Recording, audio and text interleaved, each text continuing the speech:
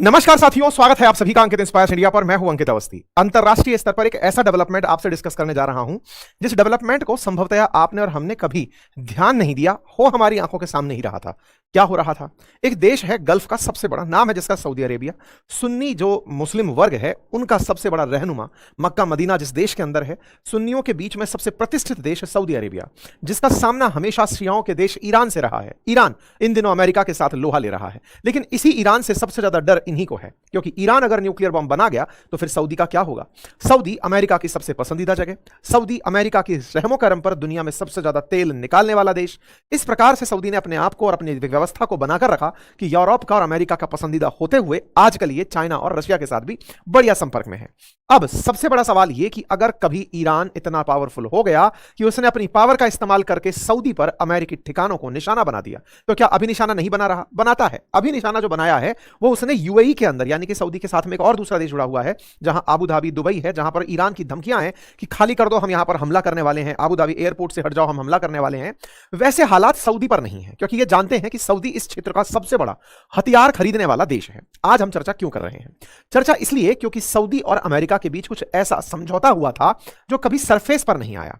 Trump Saudi के बारे में कुछ दिनों पहले कुछ खराब शब्द बोलते हुए पाए गए, मैं उन्हें रिपीट नहीं करूंगा, लेकिन हां, चर्चा जरूर थी कि इन दोनों के बीच कुछ ऐसा है जो इन्हें अनकंफर्टेबल कर रहा है। सऊदी जिद कर रहा है, सऊदी ने इनको पूरी रिश्वत पहुंचा दी है, लेकिन हो नहीं रहा है।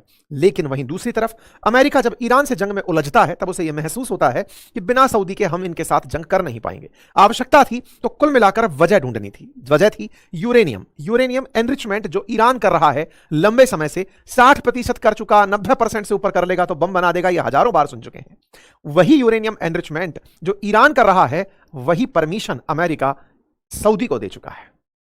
Trump administration agreed to allow Saudi uranium enrichment without IAEA additional protocol. ये एक ऐसी खबर है जो सुर्खियों में इतनी जगह नहीं बना पाई, क्योंकि लोगों को इसके मायने जब तक समझ में आएंगे तब तक ये खबर कहीं पन्नों में दब जाएगी। लेकिन ये कितना बड़ा खेल हुआ इन पूरी सुर्खियों के बीच, इसे आज के अंदर डिस्कस करना जरूरी है। मैं इसकी भूमिका स्पष्ट करूं तो समझिए, आज ईरान क्यों इतने ज्यादा बम गोले खा रहा है, तो आंसर है वो यूरेनियम एनरिच कर रहा है। By the way, uranium enrich है क्या? जब हम खदान से खोद करके लोहे का अयस्क निकालते हैं, लोहे का अयस्क और जिसे आप कहते हैं वो निकालते हैं, वो सीधा बर्तन बनाने के काम नहीं आ जाता। उसे आपको बहुत सारे रिफाइनिंग प्रोसेस से होकर गुजारना पड़ता है। फाइनली जाकर के उससे जो लोहा प्राप्त होता है वो वस्तु निर्माण में काम आता है। एग्जैक्टली ऐसे ही जो यूरेनियम मिलता है जमीन पर, उसका अयस्क जिसे पिच ब्लेंड कहते हैं, वो सीधा बम नहीं बनाता। उसमें उसकी प्रतिशत मात्रा बढ़ती जाए, कई समस्थानिकों आइसोटॉप्स के साथ वो मिलकर बनता है। उनमें से यूरेनियम का समस्थानिक 235, यूरेनियम 92 235 सुपर एक्टिव माना जाता है न्यूक्लियर बम के लिए।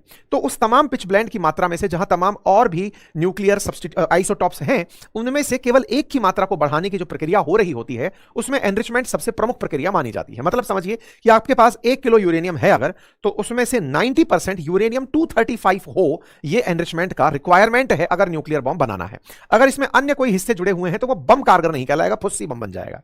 ऐसे में इस प्रक्रिया को करने में बहुत सारी सेंट्रीफ्यूगल मशीनें लगी होती हैं, बहुत सारे आइसोटॉप्स हटाने होते हैं, केवल जो एक बच गया उसे छान कर निकालना होता है। प्रक्रिया बहुत ही टेक्निकल होती है, इसीलिए दुनिया का हर देश एनरिचमेंट नहीं कर पाता। तो क्या करते हैं दुनिया के देश? सीधे किन्हीं और देशों से यूरेनियम मंगा लेते हैं। जैसे रिएक्टर चलाने के लिए हमने ऑस्ट्रेलिया से, कजाकिस्तान से सीधा इस यूरेनियम मंगा लिया कि दे दो। तो क्या हमारे पास यूरेनियम एनरिचमेंट नहीं है?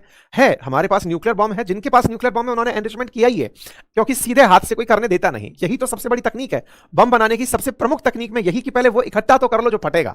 सोचो, इतना ईरान इतने समय से जख्म झेल रहा है, बम गोले खा रहा है, लगभग 450 किलोग्राम, 440 किलोग्राम अब तक वो इकट्ठा कर पाया, वो भी 60% प्योर है, वो भी 90% प्योर नहीं पाया है। अपने नेता खो दिया, अपने देश के ऊपर इतने हमले करवा लिया, सैंक्शन झेल लिया, आइसोलेशन झेल लिया। इसका मतलब अगर वो हुआ तो फिर उसको सुरक्षा मिल जाएगी कि कोई उसके ऊपर आंख नहीं उठाएगा। जैसे पाकिस्तान को इस बात का घमंड है ना कि हम न्यूक्लियर कैपेबल स्टेट हैं, हम पर कोई हमला नहीं करेगा, करेगा तो बम मार देंगे, यानी कि आत्मरक्षा ही सही। लेकिन ईरान भी जानता है कि अगर यूरेनियम मिल गया तो उसको सुरक्षा का अधिकार मिल जाएगा। अब सवाल यह है कि इन्हें अगर यूरेनियम मिल गया या फिर इनका एनरिचमेंट हो गया तो अपने दुश्मनों को गोला दिखा दिखा के मारेंगे। उनमें सबसे पहले सामने बैठा है सऊदी अरेबिया, जो लंबे समय से अमेरिका का पनाहगार है। ऐसे में बोले आओ एक गोली तुम पर मारे टक, उसका तो एक गोला ही पूरा सऊदी मिटा देगा। आओ इजराइल पर आज एक मारते हैं, वो पूरा खत्म। आओ यूएई पे मारते हैं, पूरा खत्म, बहरीन खत्म। तो बोले ये वो शक्ति प्राप्त करने निकल पड़ा है जिसको प्राप्त करने के बाद में विध्वंस निश्चित है। अब करें क्या?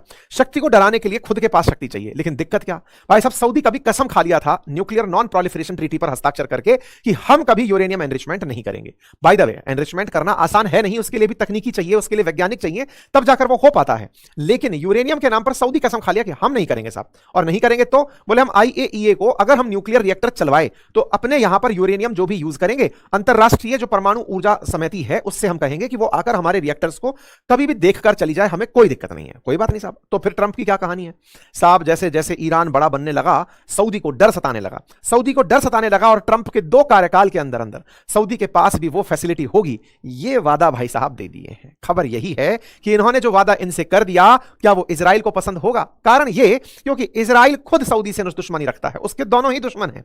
ऐसे में अमेरिका ने बीच का रास्ता निकाला कि बोले मैं तुम दोनों के बीच दोस्ती करा दूंगा, अब्राहम अकॉर्ड करा दूंगा, तुम तो कम से कम एक टीम में आ जाओ, ईरान से झगड़ते रहना। खेल बड़ा है। जिस इजराइल को अब तक ईरान का डर सता रहा था कि वो यूरेनियम एनरिचमेंट के बिल्कुल करीब पहुंच चुका है, फाइनल बम बनाने वाला है, उसे सऊदी का डर भी सताया, तो क्या सऊदी इस काम को करके अमेरिका को साथ ले जा पाएगा?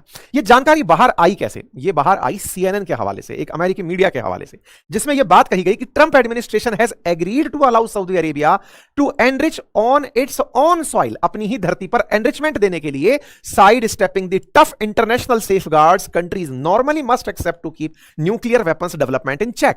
तो साहब ये जानकारी जब बाहर निकलकर आई तो साहब सवाल बनने शुरू हो गए। अखबार में आई भी क्यों, उसके पीछे की कहानी थी। असल में ट्रंप जो परमिशन देकर आए थे वो अब देर हो रही है, देर हो रही है, तो ये बात लटक गई।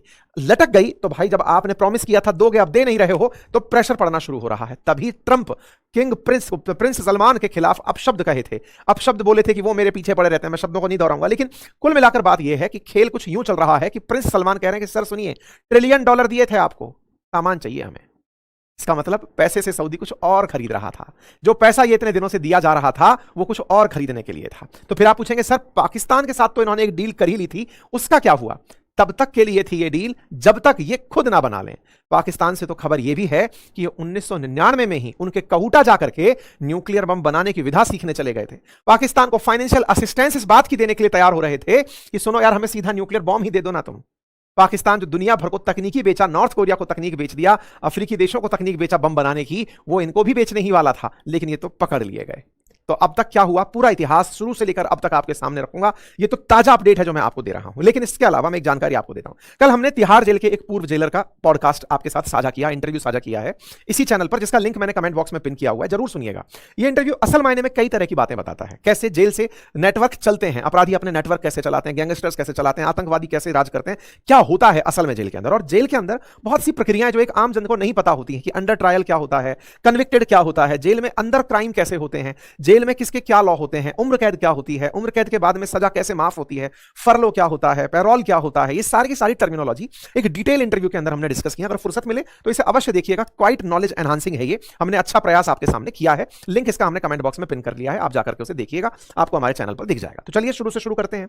कहानी यूरेनियम की है, तो यूरेनियम के 2 उपयोग आते हैं। सबसे पहले या तो बिजली बनाओगे या बिजली गिराओगे, यानी कि या तो बम बनाओगे या बिजली पैदा करोगे। देखो दुनिया भर में बिजली पैदा करने के लिए यूरेनियम जिसकी जरूरत पड़ती है वो ज्यादा शुद्ध नहीं होता है, वो 10% के आसपास भी शुद्ध है, तो वो यूरेनियम रिएक्टर में काम आ जाता है। तो जो आप रिएक्टर बना देखते हैं, जैसे थोड़े दिन पहले कुरान कुलन की हम बात कर रहे थे कि वहां पर साइबर हमला हुआ, वहां से डेटा बाहर निकल गए, तो वो न्यूक्लियर रिएक्टर्स हैं। न्यूक्लियर रिएक्टर्स दुनिया भर के देश इन दिनों बना रहे हैं। कारण है इनके साथ में अशुद्धियां बाहर नहीं आती, मतलब रिएक्टर बना, बिजली पैदा हुई, लेकिन पॉल्यूशन बाहर नहीं आता। इसे क्लीन एनर्जी सोर्स माना जाता है। मतलब ये रिन्यूएबल तो नहीं है लेकिन क्लीन जरूर है। मतलब इसकी वजह से बिजली पैदा होगी, पॉल्यूशन पैदा तत्काल प्रभाव में ऐसा नहीं होता जिससे पर्यावरण को नुकसान सीधा हो रहा हो। आप में से कुछ लोग कहेंगे नहीं नहीं इसका न्यूक्लियर अपशिष्ट मिलेगा, वो सारी बातें हैं, लेकिन कोयले की तुलना में, बाकी जो अन्य रिसोर्सेज हैं, चाहे गैस है चाहे डीजल है, उनकी तुलना में, फॉसिल फ्यूल्स की तुलना में ये क्लीन माना जाता है। ठीक है, अब सवाल करेंगे कि साहब क्लीन रिएक्टर्स की जरूरत पड़ती है तो फिर सऊदी को तो क्या ही जरूरत, उसके पास तो इतना तेल है। बिल्कुल सही कह रहे हैं, सऊदी को जितना तेल प्राप्त है उस तेल को वो बेच के पैसा कमाता है, वो उसके लिए बिल्कुल येलो गोल्ड का, ब्लैक गोल्ड जो भी माने वो है। दिक्कत क्या है कि सऊदी की मंशा महत्वाकांक्षा बहुत आगे की है, वो 2030 का नया विजन लेकर काम कर रहा है, हालांकि उस विजन के बिल्कुल नजदीक नहीं है। एक सबसे बड़ी चुनौती इन लोगों के लिए बिजली है, और बिजली अभी सऊदी पैदा करता है तेल से। जिस तेल को बेच के पैसा बना सकता है उससे अभी वो बिजली पैदा करता है, कोयले से नहीं, बिजली तेल से कर रहा है। ऐसे में उसकी प्राप्त बिजली से वो डिसैलिनेशन प्लांट भी चलाता है। ये क्या कहानी है, असल में जैसे आप और और हम जमीन के खुदे पानी से पानी पी लेते हैं, पानी बोरवेल से पीते हैं, नदियों से पीते हैं, तालाबों से पीते हैं, झरनों से पीते हैं। सऊदी में पानी नहीं है। पानी के लिए वो समुद्र जो खाड़ी है ना, उसी का पानी निकाल कर पीते हैं, लेकिन खाड़ी का पानी तो खारा है। तो खारे पानी को साफ करने के लिए डिसैलिनेशन प्लांट, मतलब समझो अपने जो आरओ लगे हुए हैं, इनके कई कई टाइम्स ज्यादा स्ट्रॉन्ग आरओ लगा लगाकर पानी शुद्ध करके पिया जाता है। इस पूरी प्रक्रिया में बहुत खर्चा आता है। खर्चा आता है तो बिजली भी खर्च होती है और प्रक्रिया के अंदर मशीनें भी। तो इस पूरे के लिए इन्हें आने वाले समय में जब तक सऊदी रहे तब तक ऐसी बिजली और ऐसी तकनीक चाहिए जिससे पानी शुद्ध होकर सऊदी की सप्लाई बनी रहे। बिजली इनकी कोर आवश्यकता है, यूं समझिए। अब आने वाला समय एआई का आ रहा है। एआई के डेटा सेंटर बने या एआई के प्रोसेसर्स, उसमें भी बिजली चाहिए। तो कुल मिलाकर इनका जो लाइट है वो जरूरत बन चुका है। अब बिजली की जरूरत की पूर्ति के लिए तेल अगर फूंकते रहे तो फिर पैसा कैसे कमाएंगे? तो इन्होंने एक सस्ता रास्ता तरीका अपनाया, रिएक्टर्स का। रिएक्टर की कहानी क्या फंसी हुई थी, मैं आपको वहां तक लेकर चलता हूं, क्योंकि सऊदी की मैंने जरूरत आपको बता दी। अब कुछ होता यूं है कि सऊदी अरब ने सबसे पहले 1974 में अंतरराष्ट्रीय परमाणु ऊर्जा एजेंसी से जुड़ने का कि साहब हम आपके साथ जुड़ रहे हैं, हमारे पास रिएक्टर बन जाए तो आप आकर देख लेना। दुनिया में अगर कोई यूरेनियम का यूज कर रहा है और उसका दुरुपयोग ना करे तो एक संस्था बनाई हुई है IAEA के नाम से। उसके वैज्ञानिक आएंगे, रिएक्टर घूमकर देखकर जाएंगे, पता लगाएंगे कितना यूज हुआ, कितना बचा, ताकि यह संतुष्टि रहे कि यूरेनियम खोया नहीं, कहीं जाकर बम नहीं बना। ठीक है साहब, यहां तक हुआ। 1988 के अंदर सऊदी अरब ने एक संधि कर दी, एनपीटी। एनपीटी क्या है? Nuclear non proliferation treaty. जिसका मतलब क्या था? जो द्वितीय विश्व युद्ध के अंदर युद्ध जीते हुए देश थे जिनके पास न्यूक्लियर बॉम्ब था, उन्होंने तय किया कि अब यह न्यूक्लियर बॉम्ब किसी और को नहीं दिया जाएगा। तो क्या करें? बोले एक ऐसा संधि बनाते हैं कि कोई भी देश इसको प्राप्त करने की भी मंशा नहीं रखेगा, मतलब इसको अनटचेबल्स बना दो। बोले हो गया साहब। ऐसा करके दुनिया भर के कई देशों को पकड़ करके एनपीटी पर हस्ताक्षर करवा दिए गए। जिनके पास न्यूक्लियर बॉम्ब है उनने हस्ताक्षर नहीं किए। बाकी दुनिया के देश के, तुम नहीं चाहोगे परमाणु बम, भारत जैसे देश ने कहा कि नहीं हम ऐसा नहीं मानेंगे, हम अपना करेंगे साहब, हमने बनाया तो हमारी होड़ा। और फिर पाकिस्तान आ गया, फिर ऐसे ही एक देश अफ्रीका का निकल करके आ गया, कुछ इस प्रकार से। तो India, Israel, Pakistan, south Sudan, ये वो देश निकले जिन्होंने एनपीटी पर हस्ताक्षर नहीं किए। लेकिन सऊदी वो देश निकला जिसने कहा मैं कर रहा हूं हस्ताक्षर, मैं नहीं लूंगा परमाणु बम। ये उस दौर की बात है, तब ये भी नहीं था कि ईरान भी न्यूक्लियर बम बनाएगा। तो गल्फ में बोले शांति रहेगी, क्यों ही लेना, हमारे पास खूब तेल है, हम कौन सा किसी से लड़ने जा रहे हैं। लेकिन अमेरिका तो खोजता है कि लड़ने के लिए मैं जगह बनाऊंगा, कैसे लड़ाऊंगा। धीरे धीरे इन लोगों को यह जरूरत महसूस कैसे हुई, वहां तक मैं आपको लेकर चलता हूं। 2010 में सऊदी अरब ने king Abdullah city for atomic and renewable energy की स्थापना की, जिसमें रिएक्टर के नाम पर वैज्ञानिक बुलाए गए, कई तकनीकी वैज्ञानिक बुलाए कि चलो बिजली बनाएंगे, हम बिजली की आपूर्ति करेंगे। इस बीच में उन्होंने चाइना से, रशिया से, साउथ कोरिया से, सबसे बुलाए लोगों को बुला बुलाकर कहा कि हम रिएक्टर बनाएंगे, चिंता मत करिए साहब। सब लोग आकर के अपने अपना ज्ञान यहां पर देने लगे। लेकिन इसी बीच में पता चलता है कि सऊदी अरेबिया अपने जमीन के भीतर भी यूरेनियम की खुदाई करवा रहा है, ढूंढवा रहा है कि खोजो कि हमारे पास यूरेनियम है या नहीं। लोगों को सैटेलाइट तस्वीरें मिली कि यह चाह क्या रहा है, कर क्या रहा है। ऐसी स्थिति में सऊदी के बारे में जब जानकारी जुटी तो उसने कहा सर, चूंकि हमें रिएक्टर चलाने हैं तो हमें यूरेनियम की जरूरत पड़ेगी, हमें थोड़ी बहुत यूरेनियम की जरूरत है, निकाल लें दो। कोई बात नहीं, लोगों ने कहा ठीक है, खोजते रहो, तुम्हारी धरती में यूरेनियम निकल भी जाए तो एनरिचमेंट थोड़ी कर पाओगे, कोई बात नहीं सर। लेकिन इसी दौर में एक और खबर लीक हुई थी, और वो आज से 26 साल पहले थी। 1999 में खबर निकली कि सऊदी जो है ना, वो न्यूक्लियर वेपन खरीदने की तैयारी कर रहा है। अब ये बात कहां से निकली? ये बात निकली पाकिस्तान से बाहर आई। पता चला कि Saudi were planning to buy nuclear weapon technology were raised privately in diplomatic circle after kingdom defence minister prince Sultan bin Abdul Aziz toured Pakistan secret nuclear facility in May 1999 में। सऊदी के जो डिफेंस मिनिस्टर हैं वो जाकर के Kahuta uranium enrichment plant की यात्रा करते हैं। उस समय नवाज शरीफ प्रधानमंत्री होते हैं और AQ खान, जिन्हें पाकिस्तान का एटम बम का जनक माना जाता है, फादर माना जाता है, वो यहां पर पाकिस्तान की तरफ से सारी फैसिलिटीज दिखाते हैं कि सर ये आप यूज कर सकते हैं, ये ऐसे हो सकता है। ये सारी बातें यहां पर निकल कर आती हैं। इसका मतलब ये हुआ कि पाकिस्तान के साथ इनकी जो यात्रा 1999 में हुई थी, सऊदी पैसे के दम पर नवाज शरीफ से बात करते हैं कि आप हमें यूरेनियम से बम बनाकर ही सीधा दे दो, बाकी हटाओ।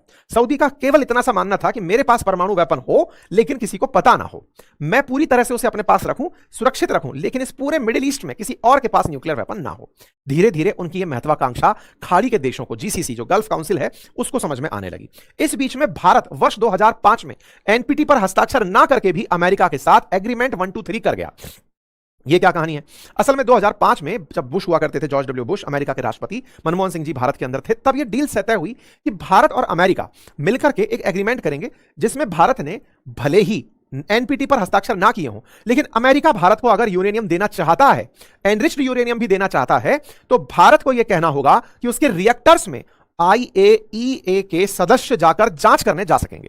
उस समय बहुत विरोध हुआ इस बात का। क्यों हुआ? क्योंकि भारत ऑलरेडी न्यूक्लियर बम बना चुका था। भारत नहीं चाहता था कि हमारे न्यूक्लियर बम की साइट पर अमेरिकी जाएं या IAEA के अधिकारी जाएं। तो भारत सरकार ने तब यह क्लियर किया कि आप लोग अगर हमारे साथ एग्रीमेंट करके हमें यूरेनियम बेचना चाहते हैं, हम यूरेनियम ले तो लेंगे, लेकिन हम केवल रिएक्टर पर आपको लेकर जाएंगे, जहां बम बनाते हैं वहां नहीं लेकर जाएंगे। अमेरिका इस बात पर एग्री हो गया, क्योंकि जब भारत ऑलरेडी बना चुका, बिना अमेरिका की जरूरत के, बिना किसी दिक्कत के